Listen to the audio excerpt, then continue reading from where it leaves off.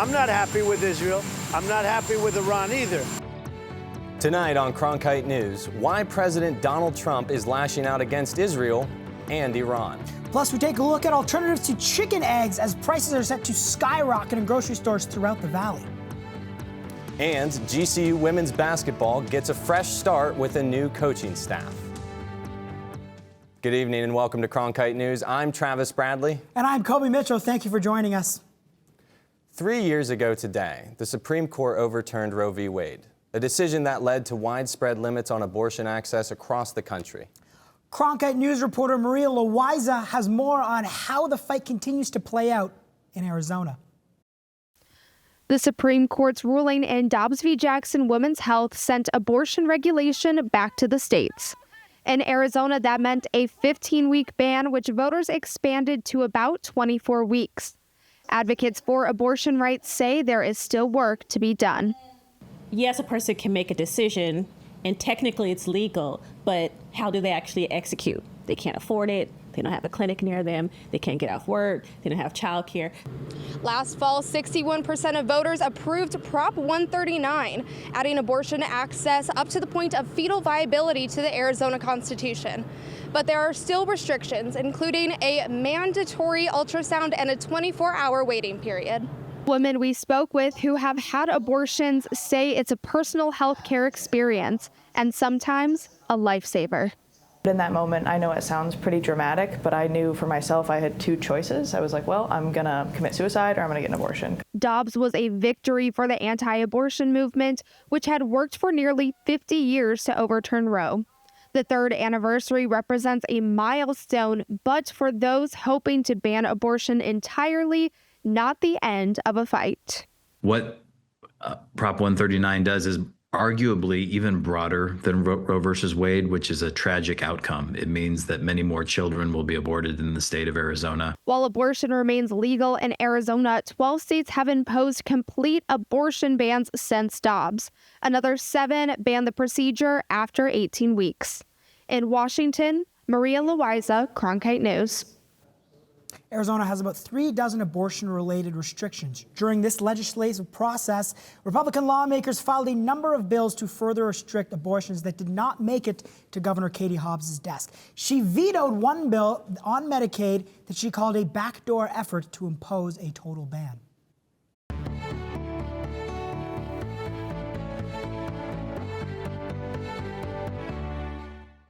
We basically have two countries that have been fighting so long and so hard that they don't know what the they're doing. Do you understand that? Earlier today, President Trump showed his frustration with both Israel and Iran as the ceasefire he brokered appeared to grow more fragile, at one point including an expletive in his criticism. The president called on both sides to, quote, calm down. He was particularly hard on Israel, who he said, quote, dropped a load of bombs as soon as the ceasefire deal had been made. These guys got to calm down. It's ridiculous. I didn't like the fact that Israel unloaded right after we made the deal. And I didn't like the fact that the retaliation was very strong. The president made the comments as he departed Washington for a NATO summit in the Netherlands. Back here in Arizona, members of the State House are working on a continuing budget to avoid a government shutdown. But Travis, the efforts could be all for nothing. That's because Governor Katie Hobbs has vowed to veto the so-called skinny budget, as well as the House's own budget proposal, which she called dead on arrival. Hobbs worked with the Senate leaders to negotiate a $17.6 billion budget, which she passed the Senate last week. The House has not taken up the Senate bill, drawing criticism from Democrats in the chamber. I don't love everything in that deal. Nobody does. That is life in divided government. But I am confident that if that plan were to be put up on a board, it would pass. I also know that forcing a government shutdown would be disastrous for the people of Arizona. House Republicans said the Senate's budget bill is full of pork and Democrat policy victories. Lawmakers need to pass a budget and get it signed by the governor before next Tuesday in order to avoid a government shutdown. And speaking of budgets, you may want to rethink how you'll spend your money on eggs. As Arizona saw its largest egg producer shut down just weeks ago, now customers are looking at alternatives to chicken eggs. Cronkite News reporter Brandon Cadiz visited a local farm to find out why a smaller bird might be the solution. These tiny but mighty birds might be the answer to an egg industry disrupted by avian flu. Chickens, you got to go out there and find where they've been laying them. Nick Klein, owner of Casa Grande Quail Farm, houses quail in homemade 2-foot by 3-foot cages. But these cages, that's the other thing is these quail, they're in cages where the eggs roll to the front and you don't have to open them to pull the eggs out. Klein says quail are easier to handle for breeders, and they begin laying eggs at just 7 weeks. The appeal of quail isn't just drawing interest from the United States. Spring Creek Quail Farm in Canada, which has been operating for 23 years, has seen a spike in interest. It's a huge concern for grocery stores to be able to have eggs on the shelf. So what we're seeing is strong uptake from stores on this product, specifically our product, and we're really focused on making sure that people have good high-protein egg options at all times. This quail egg may be tiny in size, but it packs more B12, protein, and iron than this standard chicken egg. Nutritionist Lindsay Van Dies says quail eggs have other nutritional benefits that pack a punch. Quail eggs do have higher iron content. They have higher choline, which is really important. We need choline to prevent issues with our nervous system.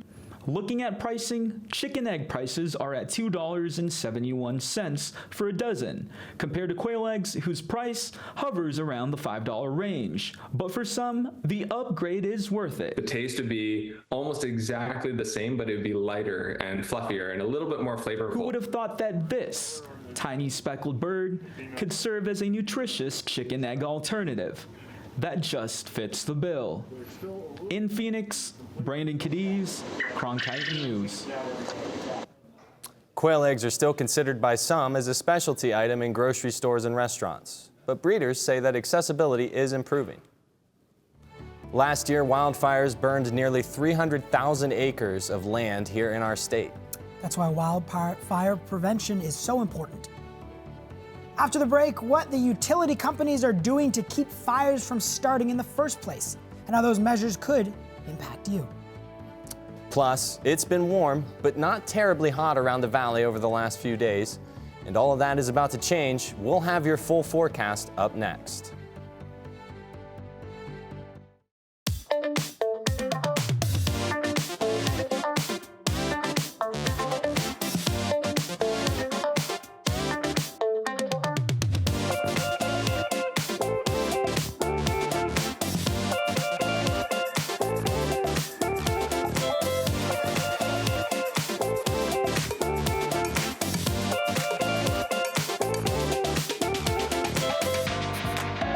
This is where Cronkite can be creative. 3, 2, 1. Coming up on the cut. Coming up on the cut. Coming up on the cut.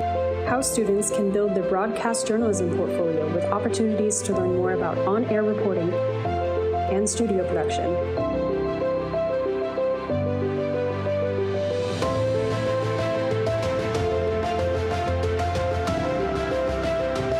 Be sure to follow us on Instagram at @thecut_network and on X @CutASU.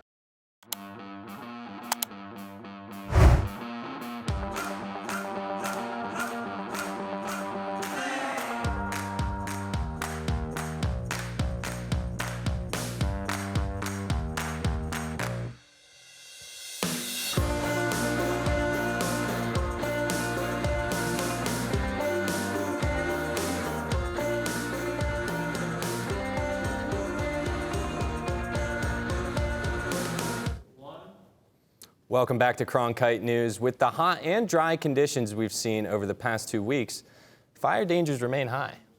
Cronkite News reporter Eddie McCoven takes a look at how utility companies and counties are preparing. APS is fire conscious throughout the entire year. APS employs different types of technology and personnel to monitor situations on the grid and in the environment. From low-tech, like keeping power lines and poles free from brush and trees, to high-tech that shuts down power lines if a fire is detected. PSPS is our public safety power shutoff. It's the last resort tool we have in our toolbox to provide that additional layer of safety. Residents in Navajo and Coconino counties have been under the power shutoff program, but new this year, a portion of Pinal County has been added. APS, along with SRP and Unisource, will shut down the power to lines like the ones behind me here to prevent them from snapping and sparking a fire in windy conditions, or if a fire is already burning in the area. Utility customers will get a 4-day advance warning of possible public safety shutoffs, which Pinal County Emergency Manager Corey Redden says will help with the local response. Getting that heads up from them is going to allow us to get our resources in ready state and then get our resources activated, such as sheltering and cooling centers. APS says any power shutoffs are limited to specific areas and not to the entire grid, and would last less than 24 hours. We are only selecting those areas that we know if there is a fire, there's a high risk or high and quick risk of fire spread. In Phoenix, Eddie McCoven, Cronkite News.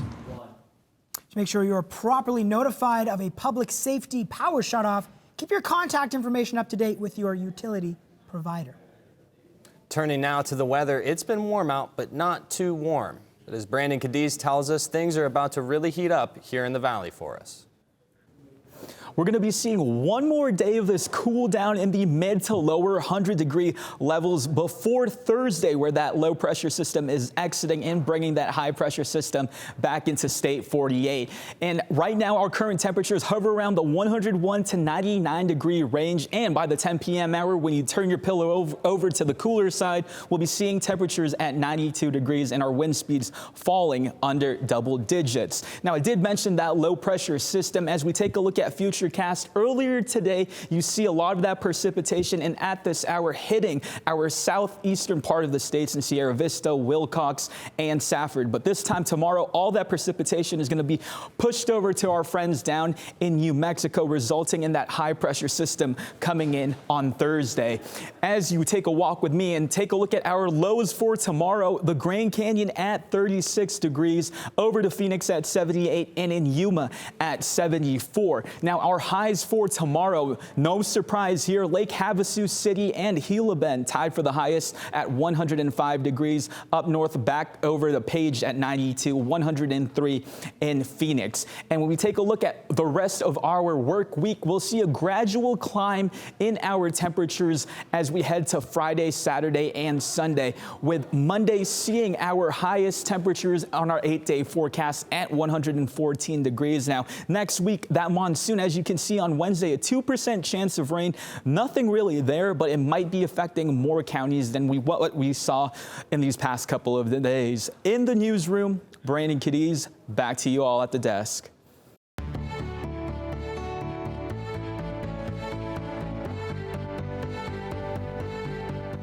Some folks in the eastern U.S. will soon experience the hottest temps of the year so far, Travis. That's right, Kobe. According to the National Weather Service, people from the Midwest to the East Coast will face a level 4 extreme heat risk through at least Thursday. It comes as a potent heat dome is building over the U.S. High temperatures across the plains, Midwest, Mid-Atlantic, and Northeast are expected to hit at least 15 degrees above normal, rising well into the 90s early next week. States throughout the Midwest have reported roads buckling under the heat. In New York City, forecast highs are around 97 degrees through Tuesday. In Washington, D.C., the temperature could reach 100.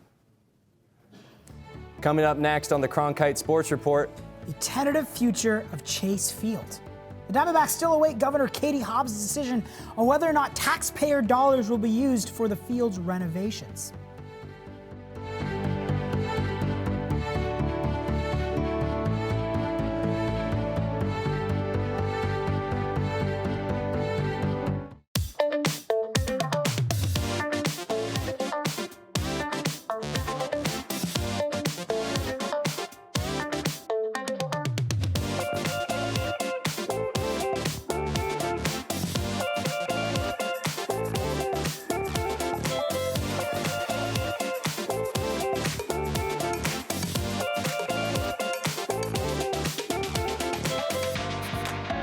This is where Cronkite can be creative. 3, 2, What? Coming up on the cut. Coming up on the cut. Coming up on the cut. How students can build their broadcast journalism portfolio with opportunities to learn more about on-air reporting and studio production.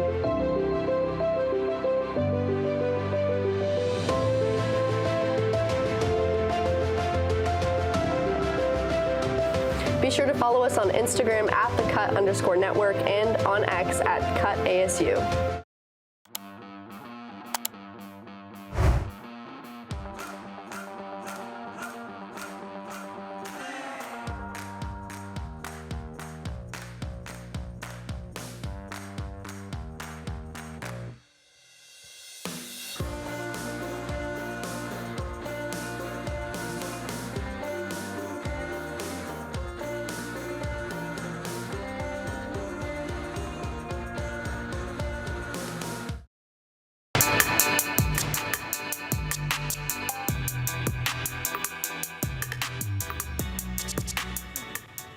Welcome to your Cronkite Sports Report. I'm Emily Paulson. The NBA season may be over, but in just one day, we'll find out if your favorite college basketball player gets called up to the big leagues. The 2025 NBA draft starts tomorrow, and the University of Arizona's Carter Bryant is predicted to be a top 15 pick, according to ESPN's latest mock draft. The freshman forward finished last season averaging 6.5 points, 4.1 rebounds, and 1 assist per game. Carter has received interest from several teams, including Phoenix, Portland, and Atlanta. The draft begins tomorrow at 5 p.m. Now on to women's basketball. It's a new environment for the Grand Canyon women's basketball team. The Lopes are starting fresh with a new roster and coaching staff. As summer practices begin, Eve McFarland has more on what the coaches' goals are to help develop the players. Known for scouting reports and player development, women's basketball coach Winston Gandy is bringing his skill set to GCU. The first-time head coach is using his 12 years of experience to grow the players' game in summer practices. They know what they're good at, and I think sometimes you got to remind them, and then sometimes you got to remind their teammates as well. So, everybody can kind of utilize everybody else's strengths and try to, make everybody as a whole better. Adding a new perspective to the coaching staff, Celeste Taylor uses her experience from playing in the WNBA and Division I collegiate level to approach the team as more than just players, but people. When I was a player, I was closer to the people that cared about me off the court the most. And so having that relationship with them and letting them know, we're girls. We're going to have those days where we're going to feel off. Joining the GCU women's basketball program, Winston Gandy and Celeste Taylor reunite, but this time as coaches for the upcoming season. During the 2021 to 2022 season, Gandy coached Taylor at Duke University. He said having Taylor coach here is a great resource for the players because they can connect on a personal level. She can work and operate in any room, on and off the court, and I think for me it's a great perspective to have, because as coaches we don't have all the answers. Last season, GCU made program history winning the WAC championship title, earning a bid as the 13th seed in the NCAA tournament. Out of the new roster, returner Alasia Douglas takes it personal in leading the new group. A lot of things happened throughout my journey. I learned a lot, and I just want to end on a good note, step out of my comfort zone a little bit and just, give back to the younger group. Coaches are preaching patience and grace as the team navigates this new era. I've been in new situations all my life. I transferred 3 times. I was at 3 different schools. I had 4 different head coaches in my 5 years. And so I think just bringing that in of just being able to be adaptable. While the Lopes strive for success, Gandy says it will look different, but they want to impact the players in a positive way of growing on and off the court. In Phoenix, E. McFarland, Cronkite News. Last season, the Lopes were undefeated at home and in conference with the 3rd highest winning percentage in the NCAA. The Arizona Diamondbacks are here to stay in downtown Phoenix, as long as Governor Katie Hobbs pens her signature on a new bill. Alicia Armendariz joins us from the newsroom with more on the legislation that will keep baseball in Phoenix. Yesterday, the Arizona House of Representatives passed Bill 2704, which provides funding for renovations to Chase Field by in part redirecting tax dollars generated from the ballpark and reinvesting them into the stadium. Although the bill was approved with a 35-20 vote, it faced some opposition in its early days. Back in April, Phoenix Mayor Kate Gallego criticized the bill, saying the renovations could cost taxpayers more than cited, but an amendment to the bill put a cap on the amount of money that would get diverted from the city of Phoenix for the project. Others who expressed opposition also changed their minds due to the amount of jobs that will be provided to citizens. When the bill reached the House floor, member Mariana Sandoval voiced her reasoning for changing her stance. And this morning, I wasn't ready to vote yes on this bill. But because I've learned that unions now have signed contracts to get work from this bill, I am going to support it. Still, 20 lawmakers voted no, saying they are still skeptical about using public funds for stadium renovations. We should note the D-backs will be investing $250 million of their own money into the project. The bill awaits Governor Hobbs' signature, which is expected to come in the next few days. In the newsroom, Alicia Armendariz, Cronkite News. Sunny Slope boys basketball played in the Section 7 team camp at the Arizona Athletic Grounds in Mesa. Cronkite News reporter Derek Rivera has more on how this camp helps improve the team for next season. The annual Section 7 basketball event in Arizona featured over 150 boys high school basketball teams from around the country. Phoenix's Sunny Slope High School went 3-1 across the camp. Sunny Slope's coach Ray Portella saw this camp as an opportunity to grow as a team. Right now it's just to get better every day. We don't want to be our best right now. We always say we want to be our best in late February, March, come playoff time. After losing to Perry High School last year in the Open State Championship game, Coach Portella and the rest of the Sunny Slope Vikings are focused on how teams camps like this one can help them improve for next season. Our time, we're kind of mad about that, and we want to show the country who we are and what we're about. Ryder Portella is a rising senior guard for Sunny Slope, holding offers from Grand Canyon, Fresno State, and the University of New Mexico, among others.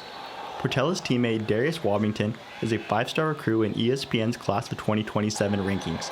Wobington is leaning on last season's experience to help his team get to the top. We know what it takes to get there, get to that level, and we just, got to fight, and we're motivated. We got to get some revenge on everybody, get our revenge tour, and go win that chip. Sunny Slope's 3 victories in the camp came by a combined total of 7 points, showing their grit and chemistry. Our guys just have a little resilience. They play with a little chip on their shoulder. We've been together for a while. These guys have played together for years, so they're very comfortable with each other. They're not afraid to hold each other accountable. Although their season doesn't start until November, Sunny Slope is already working towards its championship aspirations. In Mesa, Derek Rivera, Cronkite News. Sunny Slope boys basketball looks to advance to their 4th Open State Championship in 6 seasons. Football season is around the corner, and high schoolers are looking to train with the best programs. ASU football hosted a camp designed to help specialist positions sharpen their skills. The specialist camp brought together punters, kickers, and long snappers for an engaging day of skill building at Arizona State's practice fields in Tempe. Camps like these are great for keeping athletes busy on their off season and are opportunities for recruitment exposure. That's it for the Cronkite Sports Report. I'm Emily Paulson. Back to Travis and Kobe at the desk. Coming up next, scientists have made a big splash in whale research. These insights help us better see the world of orcas. Ecologists in the Pacific Northwest have revealed some fishy grooming habits among killer whales.